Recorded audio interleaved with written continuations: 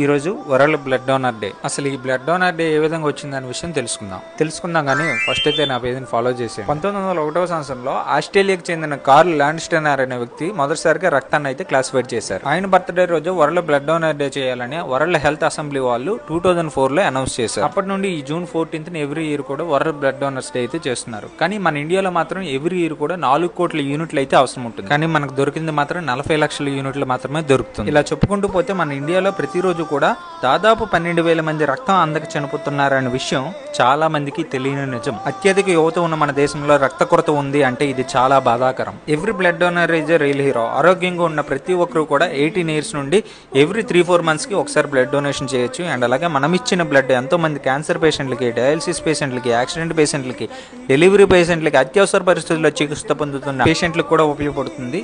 మరిన్ని informative videos కోసం నా పేజీని ఫాలో చేయడం మాత్రం మర్చిపోకండి. Hello Sikkolu by.